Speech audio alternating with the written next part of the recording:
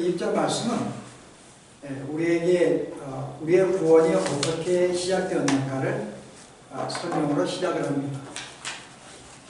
이 온 인류는 한 사람으로 말미암아 다 사망에 이르게 되었습니다. 아담 한 사람이 죄를 지었고 그 죄가 모든 그의 후손들 인류에게 전가가 되어서 결국은 인류도 결국은 죄인이 되었고 사망에 이르게 되었듯이 오늘 그리스도에 이어 똑같이 그리스도 한 분으로 말미암아 온 모든 사람들이 의로운 존재가 되었다는 것을 오늘 우리에게 말씀해 줍니다. 그분의 부활로 말미암아 그에게 선택된 모든 자들도 함께 부활하게 되었고 그로 말미암아 그의 의가 우리에게 전달되어서 우리는 의로운 존재가 되었고 또 그로 말미암아 우리가 영원한 생명을 얻게 되었다는 것. 우리 오늘 말씀을 이렇게 시작을 합니다. 그래서 예수님 그리스도의 부활은 단순히 그분 하나의 부활로 끝나지 아니에요. 만약 우리와 관계가 없다면 그분의 부활은 우리에게 아무 의미가 없습니다. 그분이 부활하든 아니든. 그러나 그분이 부활하신 분명한 목적이 하나 있어요. 그래서 우리의 부활을 보증하기 위한 것입니다. 만약에 우리가 예수를 믿고 부활의 삶이 없다고 한다면 예수님이 굳이 부활하실 이유가 없거든요. 그러나 그가 부활하시고 말미암아 이와 같이 우리들도 죄로 말미암아 죽었지만은 또 그로 말미암아 우리가 부활한 것을 가르치기 위해서 그분의 부활이 우리에게 등장하는 것이죠. 그래서 오늘 이 바울은 오늘 우리의 신앙이 무엇인가를 말하고 있어요. 오늘 우리의 신앙은 부활신앙입니다. 그래서 실제 이 부활은 뭐로 나가는 거예요? 부활은 이 땅의 삶이 아니라는 거죠. 우리의 신앙은 내색인 것입니다. 결국은 우리가 예수를 믿는 순간에 그리스도로 말미암아 부활했습니다. 근데 뭐가 부활했을까요? 우리가 주를 믿는 순간 우리도 부활했다고 성경은 가르칩니다. 우리는 부활한 존재가 되었어요. 그럼 우리의 무엇이 부활이 됐다는 말인가? 여러분이 예수를 믿고 다시 살아난 존재가 되었는데 우리의 뭐가 살아났을까요? 로마서 여러분들이 8장 10절에 보게 되면 뭐라 그래요? 내가 예수를 믿을 때에 내가 너의 영혼은 그런 말미암아 새로 살아났다고 이야기를 합니다. 근데 여전히 몸은 죽어 있다고 이야기를 해요. 그래서 우리가 부활했다는 말은 예수를 믿는 순간에 우리의 영혼은 이미 살아났고 부활한 존재가 되었습니다. 그래서 우리의 영혼은 죽지 않아요. 우리의 육신이 생명을 끊는다 할지라도 우리의 영혼은 다시금 부활한 존재이기 때문에 영원히 죽지 않은 그런 존재가 되었습니다. 근데 몸은 아니죠. 여전히 몸은 아직도 죽는 상태에 있어요. 그럼 몸은 언제 부활할까요? 그리스도께서 다시 재림하시는 날 그때 우리의 몸이 부활을 하게 됩니다. 자, 우리가 이렇게 볼 때 우리의 구원은 뭐죠? 이미 영혼은 구원받았지만은 주님이 오시는 그날을 향해서 계속 우리의 육신의 부활기로 소망하며 살아가는 삶. 오늘 성경은 이것을 우리의 신앙생활을 이야기합니다. 자, 그런 점에서 우리의 신앙은 종말론적이에요. 우리가 종말론은 우리의 몸이 완성되는 것을 향해서 나아가는 것이죠. 근데 우리가 그 다음에 뭘까요? 그럼 우리의 몸과 영혼이 구원을 받았어요. 그럼 그 다음은 어떻게 될까? 오늘 많은 사람은 우리가 구원받는 것은 단순히 형벌에서 벗어나는 것, 그 다음에 우리가 천국에 가는 것이라고 생각을 해요. 그럼 천국에 가서 뭘 해요, 우리가? 천국에 가서 뭘 하겠어요? 다시 우리가 뭐 꽃 붙이는 것도 아니고, 아무것도 안 하고 있다면은, 그 실제 우리가 단순히 구원을, 물론 우리가 구원하며 나아가는 존재들입니다. 점점 우리의 육체가 이제 벗어나서 불안한 그날까지 나아가는 삶이 우리에게 주어진 삶이에요. 단순히 그 우리의 구원인가? 오늘 성경은 우리의 구원에 대해서 바울은 이렇게 이야기를 합니다. 여러분이 28절에 보면요. 이는 하나님이 만유의 주로서 만유 안에 계시게 하기 위해서 라고 이야기합니다. 그 우리를 구원하신 목적은 하나님이 우리의 만유의 주로서 만유 안에 계시게 하기 위해서 우리를 구원한다고 이야기를 해요. 이게 무슨 말이에요, 여러분? 만유 안에 주님으로 만유 안에 계시게 한다. 그 온 만유 안에 하나님이 주로서 존재하기 위해서 바울이 이 말을 에베소 가면 조금 다르게 표현을 해요. 동일한 내용인데 에베소 한번 보실래요? 1장에 보시면은 10절에요.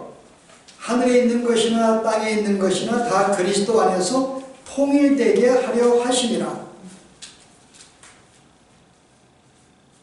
자, 우리가 마지막 때는 뭔가 하면 우리를 구원하신 목적이 앞에 우리가 봉독한 내용에서는 우리가 하나님이 우리 안에 거하셔서 주인이 되게 하기 위해서 구원했다라고 소개하는데요. 오늘 에베소는 뭐라 그래요?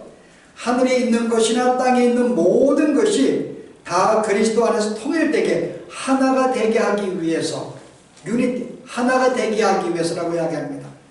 결국 우리가 구원한 것은 뭐예요? 하늘에 있는 것, 땅에 있는 모든 것들이 우리가 그리스도 안에서 다시 하나로 만들기 위해서 우리를 구원했다고 이야기를 합니다. 근데 오늘 본문에 하나 빠진 게 하나 있어요. 영어 성경이나 한글 성경이나 웬만한 이 버전들은요, 이 원문에 빠진 내용이 있는데 10절에 뭐라 그러는가 하면은 하늘에 있는 것이나 땅에 있는 것이나 다 그리스도 안에서 다시 통일되게 하려 하심이라. 이 어게 다시라는 말이 빠졌습니다. 근데 원문에는 이 말이 나와요. 이 말은 우리가 옛날에 우리가 하나님과 하나가 되었다는 거죠. 온 만물이 하나가 되었는데 지금은 하나가 되지 않는 상태를 이야기합니다. 그래서 우리의 구원은 다시금 원래 하나가 되었던 그 상태로 다시 돌리게 한다는 뜻이 있어요. 그런데 여기에는 만물만 하나가 되는 게 아니고 하늘에 있는 것, 하늘에 존재하는 모든 천사들이나 모든 세계, 땅에 있는 모든 것들도 하나가 되게 하기 위한 것. 이 상태는 지금 뭘 의미하고 있는 거예요? 땅에 있는 것도 하나님의 하나에서 벗어나게 되었고 하늘에 있는 모든 것도 하나님에게서 벗어났다고 이야기를 합니다. 그 하늘에서 뭐가 벗어났을까요? 하늘에서 천사들이죠. 타락한 천사들. 하나님이 하늘에 존재 천사들을 하나님 만드셨는데 천사들이 일부가 타락을 했습니다. 그래서 그들이 하나님의 품에서 벗어났죠. 조화가 깨어져 버렸습니다.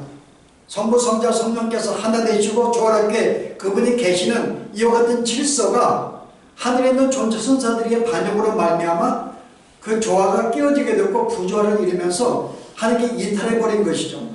그럼 땅에서는요? 땅도 마찬가지예요. 이 사탄의 유혹으로 말미암아 인간도 범죄해서 하나님에게서 우리가 떨어져 버리게 말았습니다. 인간만 떨어졌는가요? 이 땅의 모든 피조물들도 인간의 범죄로 말미암아 하나님에게 떨어져 버렸습니다. 자, 이렇게 볼 때 이 세상은 어떤 상태예요? 이 우주는요? 하나님은 온전히 조화롭게 하나 된 존재로 만들었는데 천사의 범죄로 인간의 범죄로 말미암아 이 모든 것이 이탈해버리고 이제는 하나가 되지 않은 거죠. 조화를 이루지 못한 상태가 부조화가 되었습니다. 그래서 이 상태 하나님께 다시 당신의 구원 계획 속에서 이 모든 것 다시금 하나로 돌리게 하겠다는 거죠. 자, 이 말씀을 여러분 빌라도인가요? 골로새서 보십시다. 골로새서 1장 20절은 좀 다르게 표현을 해요. 그의 십자가의 피로 화평을 이루사 만물 곧 땅에 있는 것들이나 하늘에 있는 것들이 그로 말미암아 자기와 화목하게 되기를 기뻐하심이라. 오늘 골로새서는 우리를 구원하신 목적은 하나님과 화목하게 하기 위해서 라고 이야기를 합니다. 이게 구원하신 목적이에요. 다시 하나님과 하나가 되고 화목한 관계를 되게 만들기 위해서 우리를 구원했다는 거죠. 오늘 우리들은 보통 구원을 어떻게 생각해요? 보통 많은 사람들은 구원을 자기 중심적으로 생각을 해요.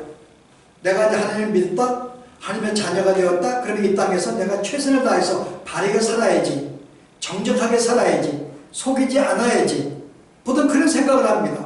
그래서 우리가 사람 관계 속에서 내가 최선을 다해서 하나님의 사람으로 정직하고 바르게 살려고 내가 예를 써요. 그리고 하나님의 사람으로서 이제 사랑도 실천하고 희생과 봉사도 하려고 합니다. 과연 이게 우리의 신앙생활인가? 그래서 우리는 보통 신앙생활에 내 중심적으로 내가 이제 이 땅에서 하나님을 믿었기 때문에 거기다 이제 하나님의 보상이 있다고 생각을 해요. 내 하나님이시기 때문에 나의 모든 삶을 지켜줄 것이다. 안전하게 보호해 주실 것이다. 그 이 땅에 사는 동안 하나님의 보호 속에서 안정되게 사는 것, 평화롭게 사는 것, 그 하나님의 축복으로 풍성하게 사는 것, 사고를 만나지 않는 것, 그리고 교회 생활은 내가 열심히 사랑도 나누고 헌신하고 최선을 다해서 선을 해가는 것, 이 정도가 우리의 신앙생활을 생각을 해요. 이것은 현세적인 것입니다. 당시 고린도 교회 문제가 뭐였는가? 고린도 교회도 신앙생활을 하나의 내세적인 것을 생각하지 않고 현세적으로 생각을 했어요. 그래서 이 땅에 내가 하나님을 섬기기 때문에 나는 너보다 더 많은 축복을 받은 존재로 생각했어요. 그게 뭐예요? 은사도 거기에 들어갑니다. 내가 너보다 많은 지식도 많고 은사도 많고 내가 더 열심도 품고 나는 너보다 축복을 보다 많이 받은 자라고 생각하는 거죠. 그 신앙생활을 내 중심으로 생각해요. 내 만족을 위해서, 내 행복을 위해서, 나를 위해 존재하는 하나님으로 생각을 합니다. 내가 필요하면 하나님을 찾기도 하고 필요하지 않으면 관심도 안 쓰고요. 그래서 오늘 설교를 들어도요, 나의 삶에 나와 관계된 것을 내가 관심을 두고 들어요. 그 나와 상관이 없는 내 삶의 어떤 행복이나 내 삶의 안전을 상관이 없는 말씀은 내가 보통 우리가 소홀히 이걸 여기면서 거기에 집중하지 않습니다. 나와 관계된 것, 이게 오늘 신앙의 현재 모습이죠. 근데 실제 신앙은 내 중심적이 아니죠. 신앙은 진짜 신앙은 그건 뭐예요? 하나님 중심적인 것입니다. 그래서 나를 구원하신 목적이 뭔가? 왜 하나님이 나를 구원했는가? 이것 때문에 구원하였구나. 그 구원받은 자가 어떻게 사는 게 옳은가? 이렇게 하는 것이구나. 결국 이 땅의 삶은 나의 영원한 본향이 아니기 때문에 천국을 향해 나아가는 삶이 이게 나의 삶이구나. 그럼 이 땅에 사는 동안에는 내가 하나님의 자녀로 이렇게 살아야 되겠구나. 이렇게 하나님의 관점에서 나를 생각하고 살아가는 것, 이게 진정한 신앙생활이죠. 그래서 우리가 오래 예수를 믿어도 전반적인 구원이 무엇인지를 알지 못할 때에는 우리는 부분적으로 생각을 해요. 선을 행하는 것, 희생하는 것, 사랑하는 것, 봉사하는 것, 하나님을 예배하는 것, 보호를 받는 것, 축복을 받는 것, 이 정도로 생각을 합니다. 당시 고린도 교회도 하나의 은사도 그렇게 생각을 했어요. 우리가 받은 은사가 현세적인 축복입니다. 능력 있는 삶을 하게 만들고 보다 다른 것 나은 삶을 만드는 하나의 은사로 생각하는 거예요. 현세적입니다. 근데 실제 우리가 정말론적으로 내세적으로 은사를 본다면 은사가 어떻게 생각이 돼요? 은사는 나를 하나님의 구원이 완성될 때에 나를 부끄러움이 없는 존재, 흠이 없는 존재로 만들기 위해서 주신 것이라는 거죠. 이게 은사예요. 그래서 은사는 교회의 덕을 세우기 위해서 교회를 세워주신 거지만 세운다는 게 뭔가요? 나로 하여금 온전한 존재로 만들기 위한 거예요. 내가 주 앞에 서는 날 부끄러움이 없는 완벽한 존재로 만들기 위해서 나에게 은사를 주신 것입니다. 이게 나의 장난감이 아니죠. 내가 이 정도는 성경도 많이 알고 있어. 나 이 열심히 봉사하고 있어. 나 이 정도야. 자기의 자랑거리가 아니라는 거죠. 은사라는 것은 나로 하여금 하나님의 사람으로 만들기 위한 것입니다. 기도도 마찬가지예요. 우리가 왜 기도를 해요? 기도를 현세로 생각하면은 하나님 내가 이거 필요해요. 내가 지금 몸이 약해요. 하나님 나를 좀 돌봐주세요. 날 지켜주세요. 어떤 나를 위한 것으로 간구를 합니다. 근데 기도는 그런 게 아니에요. 우리가 종말론으로 생각한다면 기도는 뭘까요? 하나님 내가 그 구원의 완성의 자리에 갈 때에 나는 내 힘으로 할 수가 없습니다. 하나님 나를 좀 도와주세요. 나를 공격해 주세요. 나를 붙잡아 주세요. 여러분 이게 한국의 기도입니다. 그 우리의 기도 내용이 바뀌게 되어 있어요. 단순히 신앙생활에 이 땅에서 잘 먹고 잘 살고 안정을 누리고 편안하게 사는 것을 생각한다 그러면은 내가 기도할 때도 하나님 나를 도와주셔서 이런 삶을 주시고 이런 나의 모든 계획을 축복해 주시고 이렇게 살도록 간구하겠죠. 그러나 종말론적이라면은 하나님이요 내가 나아가는 이 삶의 과정 속에서 내가 이게 아직 부족합니다. 내 힘으로 할 수 없습니다. 성령이 도와주십시오. 내가 현재 이런 삶을 살고 있는데 주님 도와주십시오. 이런 간구가 나오겠죠. 그래서 우리의 모든 신앙생활을 어떻게 하는가 하는 부분적으로 생각하는 게 아니라 전체 구원의 관점에서 종말론의 관점에서 우리의 신앙생활을 살아가야 한다는 걸 지켜야 한다는 거죠. 이게 우리가 가져야 할 모습입니다. 그래서 우리가 예수를 믿는 게 왜 믿는지를 모를 때 단순히 이 땅에서 안정되게 산다든지 뭐 평화를 누린다든지 단순히 봉사하는 정도로 생각한다면요, 현재 그런 교회가 많이 있어요. 당시 고린도 교회도 그렇지만은 그들이 가진 어떤 은사의 축복이 현세 축복으로 알고 자랑하였듯이요, 현대는 어떤 신학이에요? 현대 신학이나 자기 신앙은 그런 것입니다. 그들의 신앙은 내세적이 아니에요. 현세적이죠. 그들은 우리가 죽은 다음에 부활해서 영원에 가는 것 그들은 가르치지 않습니다. 예수님이 이 땅에 하는 우리의 삶의 모범이 되어서 그분이 사랑하고 희생하여서 우리가 풍성한 삶이 되었듯이 우리들도 이 땅의 사람들 그분의 삶을 본받아서 우리도 선을 행하고 봉사하고 희생하고 사랑하자 이렇게 가르치죠. 그래서 이 땅의 삶이 궁극적인 목적이에요. 어떻게 최선의 선하게 사는가, 어떻게 가장 사랑을 실천하며 사는가, 어떻게 내가 봉사하며 사는가, 어떻게 인간답게 사는가를 가르치는 게 이게 자유주의 신학이에요. 왜 이런 해석이 나오는가요? 그들의 신앙은 현세적이기 때문에요. 이 땅의 삶이 전부라 보니까는, 근데 바울은 말해요. 만약에 우리가 이 땅의 삶이 젊으라면은 마땅히 우리에게 축복이 주어져야 되죠. 이 땅의 삶이 전부라면은 안전도 해야 되고 건강도 해야 되고 번영의 축복, 이 땅이 우리가 신앙이 이 땅이 전부라면은 진짜 하나님이 축복해 주셔야죠. 예수 믿는 어떤 그 결과로 축복을 받아야 되죠. 그러나 우리는 우리의 신앙은 이 세상의 저 세상입니다. 그래서 만약에 부활이 없다면은 우리가 섬기는 모든 것들은 의미가 없는 거죠. 그래서 우리가 이 부활 신앙에 대해서, 그래서 우리가 오늘 이 바울은 그럼 우리가 이와 같은 부활 신앙 가진 사람들, 우리의 종말론의 신앙 가진 사람들은 어떤 마음으로 사는가 옳은가를 오늘 가르칩니다. 그게 오늘 그 다음의 내용이에요. 내가 어째요 언제나 위험을 무릅쓰리요 형제들아 나는 날마다 죽습니다요. 자기는 언제나 위험 속에 처해 있는 거예요. 바울이 말하기를 바울의 모든 생애는 항상 날마다 이 죽음 앞에 항상 놓인 삶이었습니다. 내가 왜 그렇게 사는가? 만약에 우리의 삶이 이 땅의 전부가 현세적이라 한다면 나는 고통을 받을 필요가 없지. 내가 가진 것이 얼마나 많은데, 내 능력이 얼마나 좋은데 내가 여기서 먹고 마시고 축복을 누려야지. 근데 바울은 뭐라 그래요? 만약에 우리가 부활이 없다면, 다시 살지 못한다면 내일 죽을 터이니 먹고 마시자 하리라.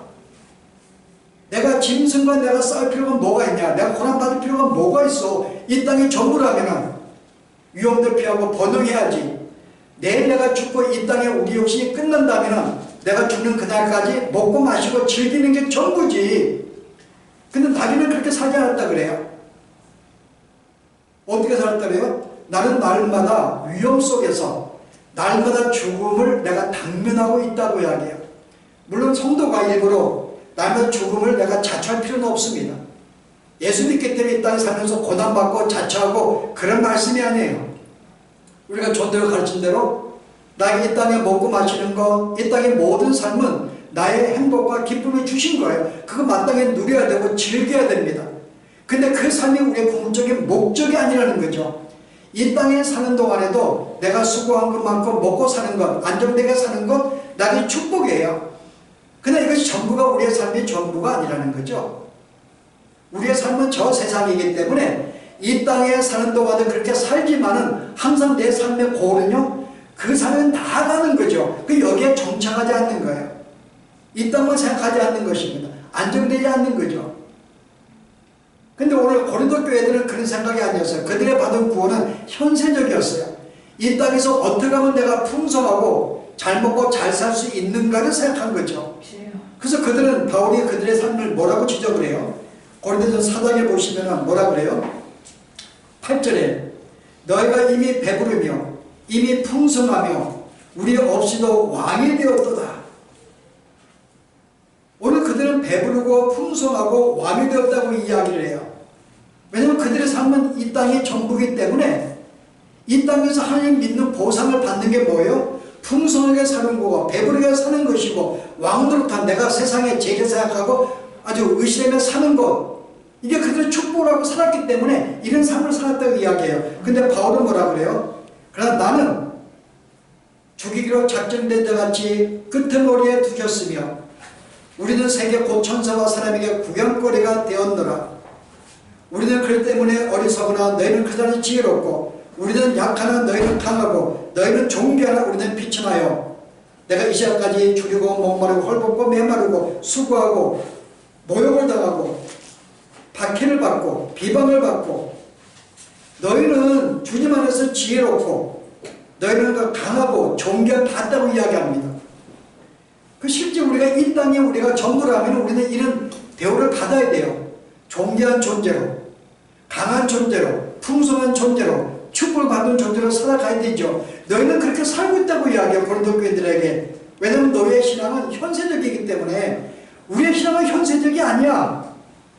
우리는 저 세상에 나아가는 존재이기 때문에 나는 오히려 그런 삶을 나는 추구하지 않아.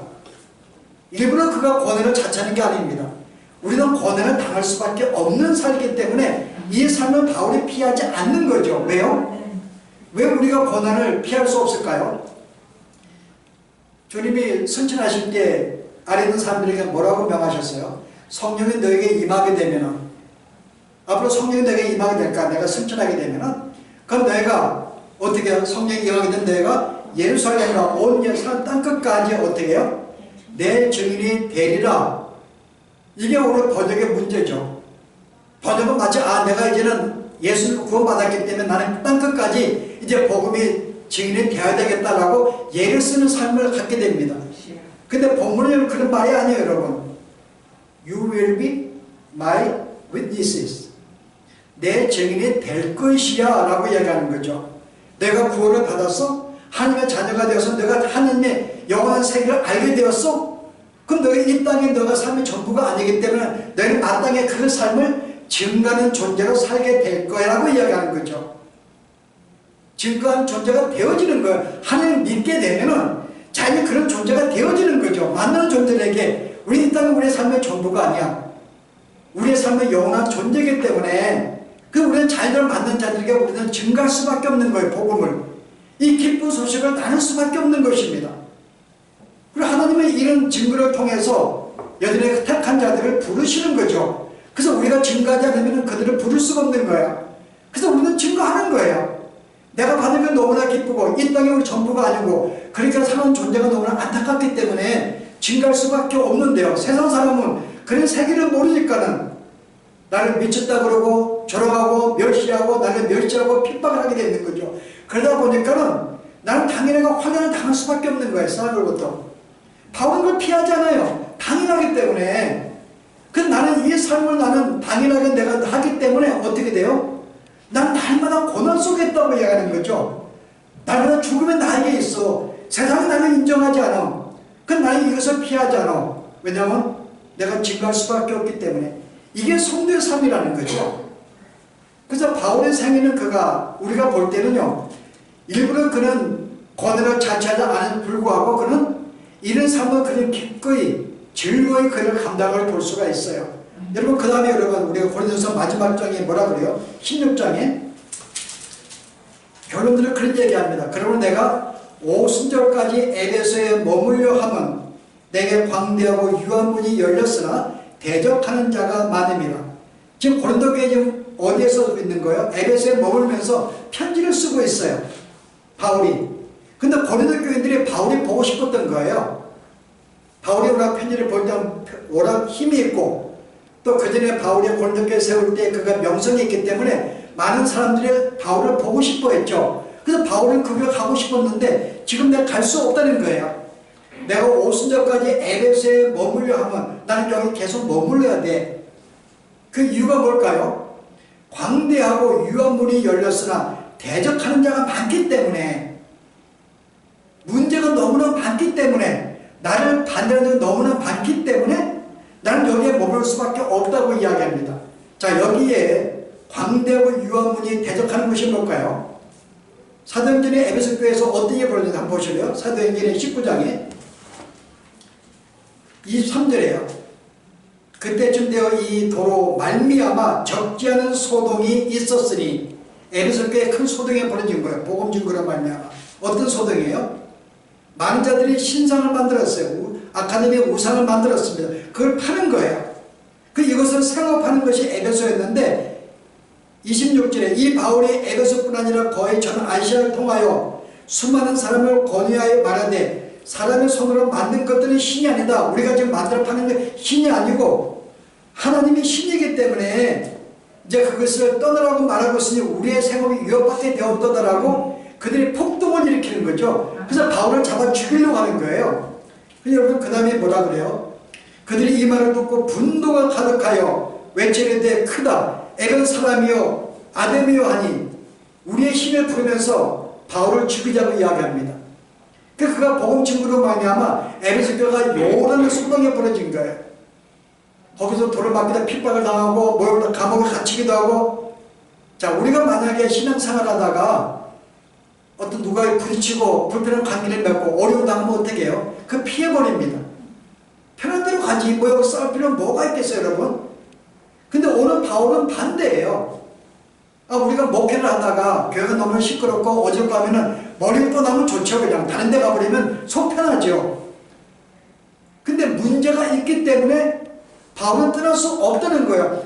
문제가 있으니까 내가 필요한 게 아니냐 그 말입니다. 문제가 있으니까 내가 필요한 거죠. 그래서 뭐라 그래요? 오늘 내가 더 복음을 증거하면서 그들의 삶을 돌이키게 만들기 위해서 내가 지금 당장 고린도교에 갈 수가 없어.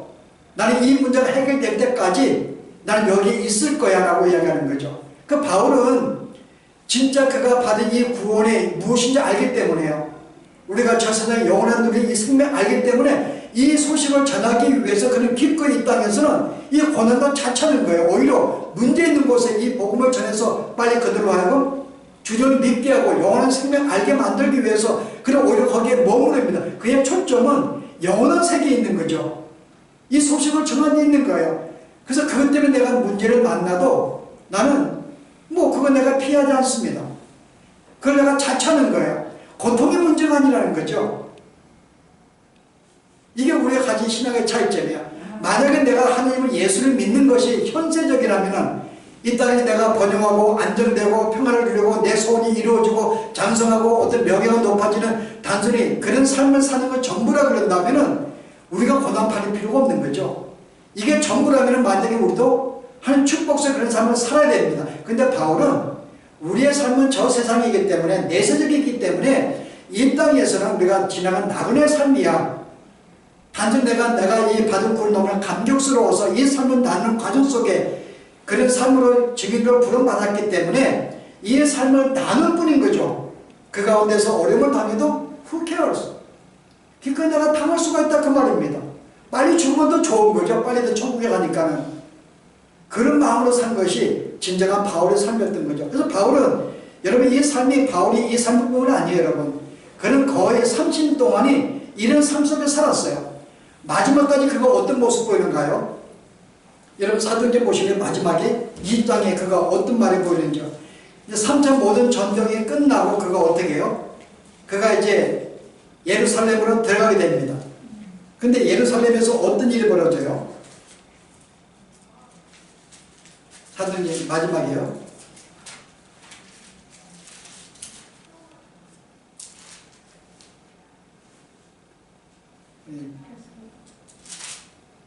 네, 20장 20절 보시면 보라 이제 나는 성령에 매어 예루살렘으로 가는데 거기서 무슨 일을 당할는지 알지 못하노라.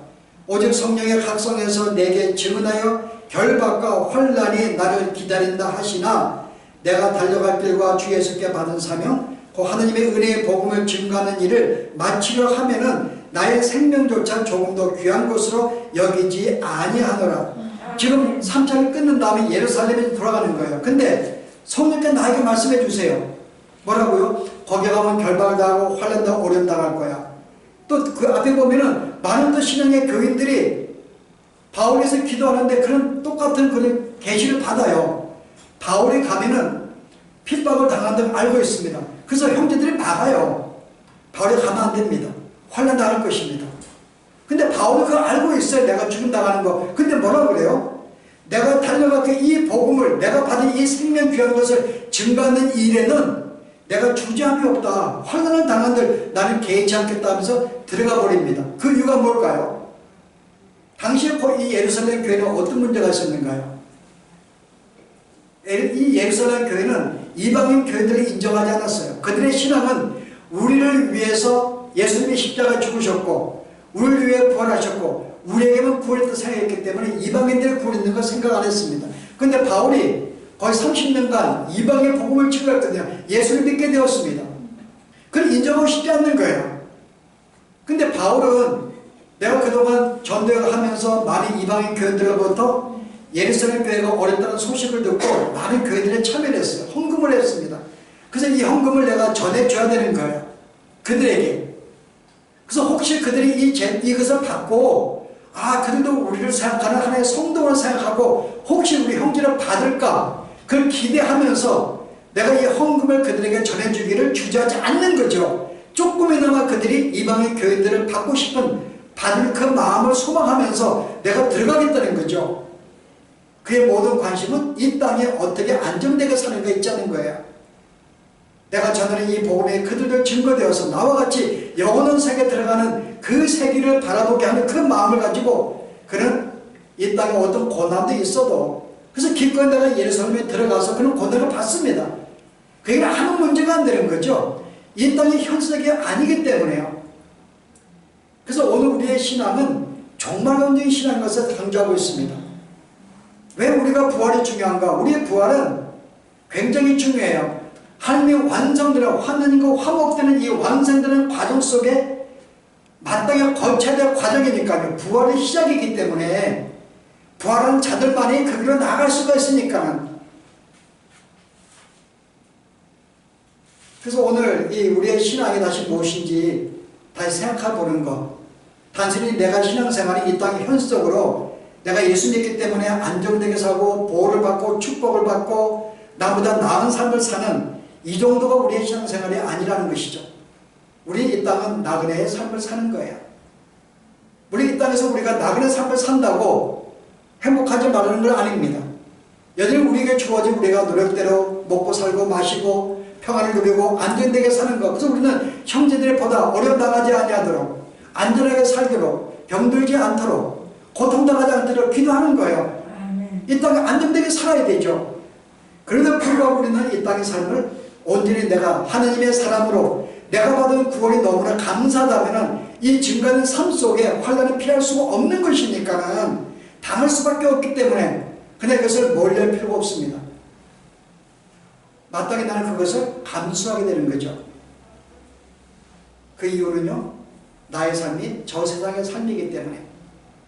그래서 오늘 이와 같은 삶을 기억하시면서 다시 한번 내가 은사를 받은 것, 내가 기도하는 것, 내가 모든 것이 어디에 초점을 둬야 한다고요?